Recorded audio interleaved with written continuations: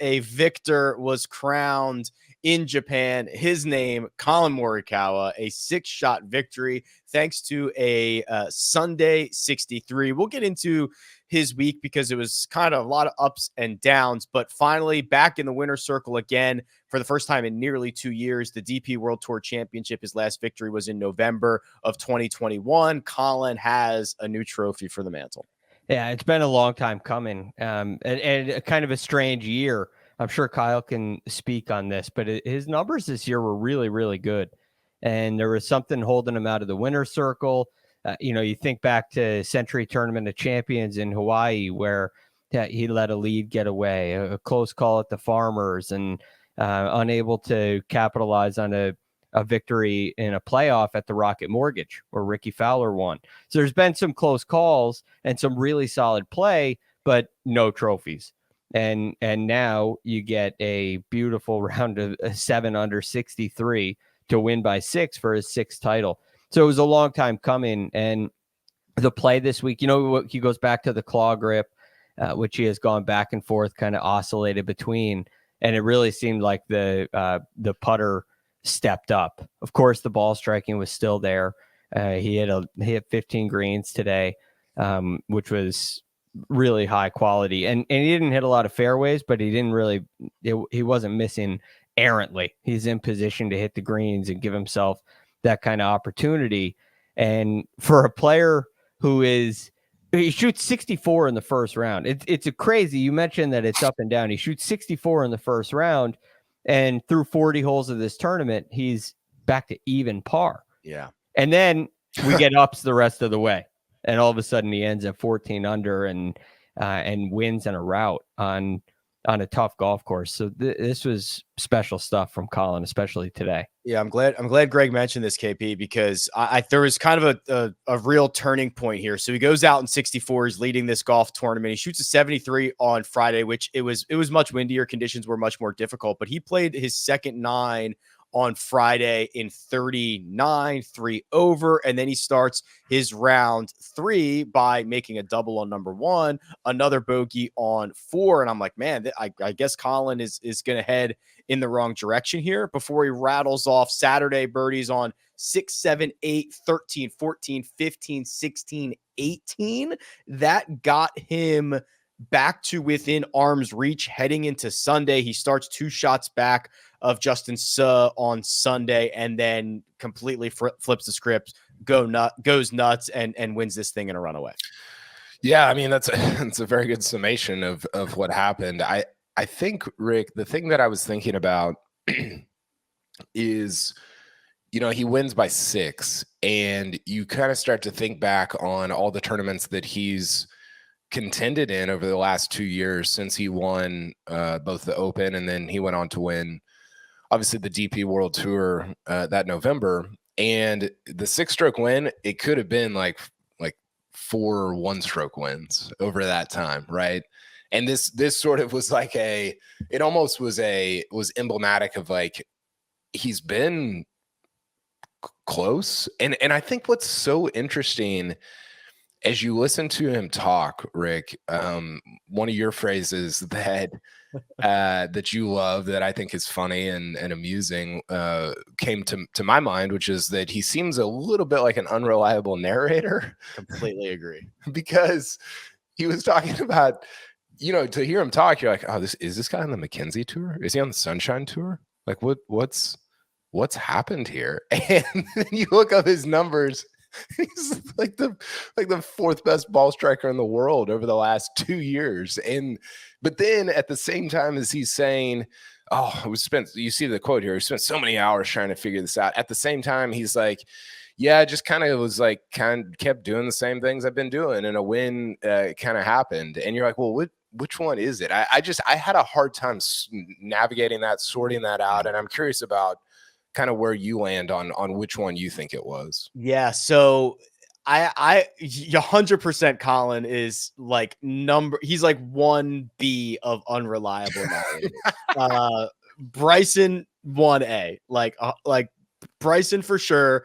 But Collin gets away with it because he's like more logical and reasonable. But when you read, I mean, just go back and think about this. I mean, the guy who was, quote, lost at the US Open because he couldn't hit his baby cut was in it throughout and almost won the thing with a draw. The quotes that we just had, Josh, do we have those up again, where he's talking about, how much time and effort and the countless hours spent going through videos and trying to figure it all out. Yeah, this is not a guy who missed the playoffs, who has struggled. This is a guy who is statistically the same golfer he was the first 2 years, who had 10 top 6 finishes on the PGA Tour since his last victory. And I do go back to he had an interesting quote, and I might not get it exactly, Greg, but there was a quote that he made in Full Swing where he said, I don't like it, but we as golfers have to be selfish at times. And I think that he is very aware of what he puts out in the universe and what gets returned to him. And I think that he sometimes does a little bit of self-preservation, a little bit of self-protection in some of his comments, where when things aren't going well, he conflates them a little bit. I think he's a very interesting case study because he is aware. He is aware enough to know what his stats are and how great he's hitting it, even if it might not feel that way. But I think what he puts out to the universe is very different than what reality actually is. It's an interesting point. In the golf instruction world, coaches tell their students all the time that feel and real aren't the same. And I think it's very likely true for PGA Tour players as well, where, well, if you're going to have to play a draw at the US Open, you may end the week with some really good stats, but you don't feel like it's going to last, that you don't feel like you can play the shots that you want to play. And so it doesn't feel reliable. And even though you may finish the week third in strokes gained approach or whatever he does, it doesn't mean you're really clicking on all cylinders because it doesn't match what you want. And you look through some of his stats, and while they're really good, there's 3 weeks where he's kind of around level, approaching the green. And he's probably, that was from the Open to the Tour Championship. He's probably not feeling great then. And then the last thing about this, which is different when you get into a high-level player like Collin Morikawa, is what happens on Sunday. And I think that's really a theme of this tournament. You have Collin Morikawa go out and shoot 63. You have a number of other really good players play some nice Sunday rounds to vault their way up the leaderboard. And you have guys who are trying to win for the first time on the PGA Tour struggle, and areas of their game leave them. So the point is, well, what happens on Sunday? What happens when all the chips are down? And when you look at Morikawa since his last win on the DP World Tour, Sunday hasn't been great for him. Especially when he's been in contention, and he's lost some leads and had some kind of meltdowns. And that's when the real test is there for the best players in the world. So I think we have a little bit of a perspective difference. Yeah. The other thing, KP, is it's been weird Sundays, and that does not even include the WD at Muirfield Village, where he was 2 shots back going into Sunday. That thing was wide open, and he tweaks his back and he doesn't tee it up. Like just another data point of, well, that could have easily been a win. Yeah. No, you guys are right. There's another quote. I pulled it here, Rick, it's even funnier as it relates to the the kind of going back and forth. He says he was asked, like, did you have doubts about winning? And he said, I think the thoughts in your head start piling up, like, okay, well, what did I do differently? What do I need to change? I think that's when sometimes people go too far in one direction. I haven't really done too much, to be honest. I had to take 2 steps back and really understand the foundation of what made me so solid as a player in 19, 20, and 21.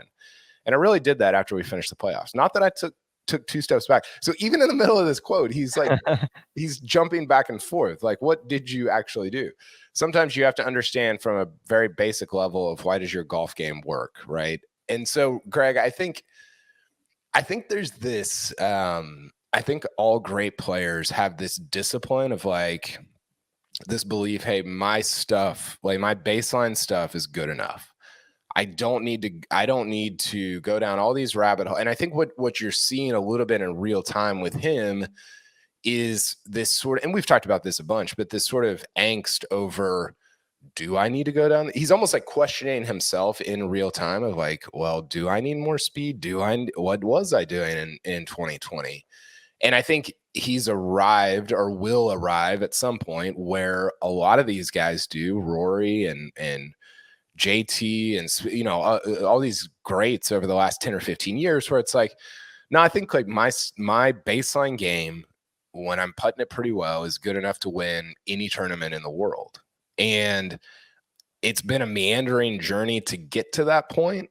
And I think, what exacerbates that, what makes it harder is that he won so much early, and it was like the luck all tilted his way early, and it's kind of gone away from him more recently. And that stirs up that angst, I think, more than it otherwise would.